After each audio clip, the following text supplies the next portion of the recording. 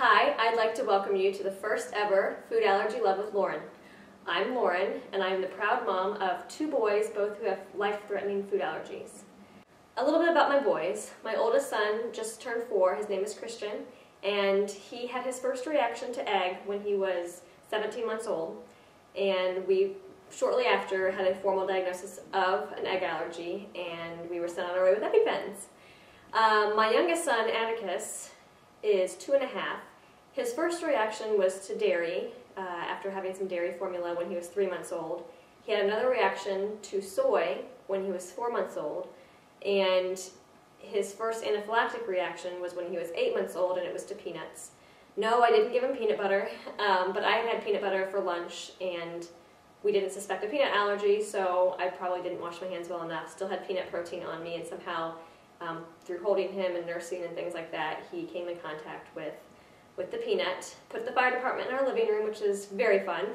And anyway, shortly after that, we took him to the allergist for formal diagnosis, and he was diagnosed at that time with a dairy, soy, and peanut allergy. Christian had another fairly bad reaction. It was definitely worse than the first one, to eggs that was baked into a pizza crust on June 1st of this past summer. We didn't actually know it was there, so his symptoms were stomach cramping, but it eventually progressed. His asthma, which has been a newer diagnosis since his first allergy testing, his asthma has picked up. And so seeing him struggling to kind of catch his breath in between the coughing fits that started really showed me that, wow, his egg allergy has probably, the reaction could be much worse. The worst reaction we've had thus far actually was on July 24th of last year.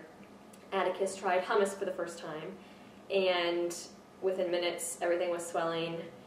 Trip to the ER, he started to go into anaphylactic shock. He did receive an EpiPen at that point, and that reaction took us a while to figure it out, was actually to sesame. Because I don't know if you know, I didn't at the time, but hummus has tahini in it, and tahini is ground up sesame. Now you know. Now you're on board with me and know, hey, if you see tahini, it could be sesame, and many kids apparently that have peanut allergies can also have a sesame allergy. So we've added sesame to our long list of allergens when we went in for our retesting this fall. I also had Atticus tested for tree nuts because I was hopeful that maybe he could have almonds or coconut, because that would open up a lot of doors for almond milk and almond butter or coconut milk. Well, he tested positive for pretty much every tree nut as well. So basically out of the top 8, we don't do a lot of fish. We haven't had Atticus tested for it, so I pretty much avoid it with him. So the only thing really out of the top 8 that we can eat is gluten.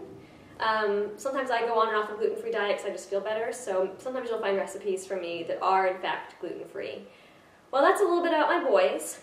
A question I get asked a lot is, why did you write a blog? Why do you write the blog, The Epi-Family? Well, a couple reasons.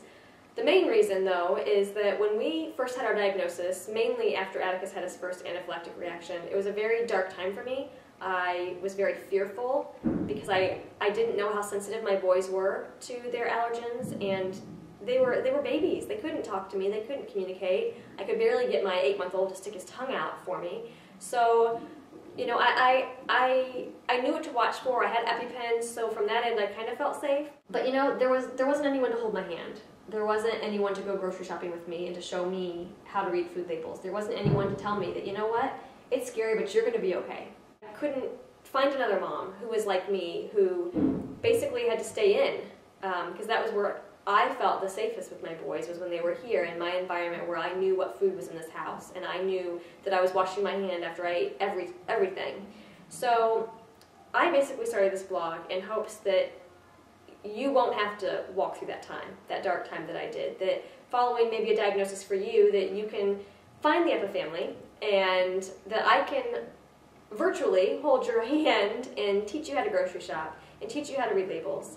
And so my hopes and prayers is that this will help other families. It will not only educate, but it'll be fun along the way, right? Share some good recipes, some ways to substitute food so your child, or even you, can live as normal of a daily life as you possibly can with food allergies. So that's the first and main reason I started the blog. I also started the blog for my boys, hopeful that, you know, when they're older, assuming they don't outgrow the allergies, or even if they do, that they can look back on things that they don't remember, and that they can see perhaps how sharing their story has touched someone's life, has helped another family, perhaps has even saved another life. So those are kind of the reasons I started the blog. Another little brief introduction on why I'm titling these videos Food Allergy Love, right? My husband laughed last night when I was sharing it with him. He's like, Lauren, why are you calling it that? No one loves food allergies. And he's right.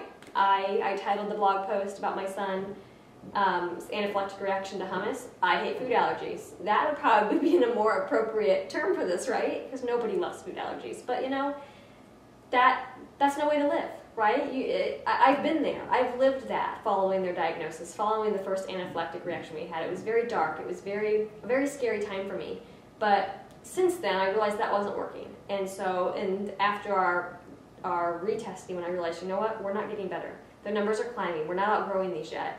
Okay, this is my life for now. It doesn't have to become you, but it has to go everywhere with you. And so I have chosen to try to find the positives in it. Find things that you can love. Find things that you can enjoy despite the food allergies. So I'm hopeful that these videos will do just that for you. That I can let you into our lives. I can let you into how we live every single day, and show you how, you know what, you can love life. You can love life with food allergies. Kind of in closing, I would like to say that, you know, I'm the main voice for the epi-family and for these videos, but the blog and everything I do would not be what it is without my family. I'd like to introduce you to my family. This is my husband Andrew, aka the Hubster, and these are my little men. This is Christian and Atticus, and we are the epi-family. Well, I hope you enjoy these videos. Each week or so will be a little bit different. Some will be about cooking, some will be interviewing a doctor, or maybe you'll even get to go grocery shopping with me.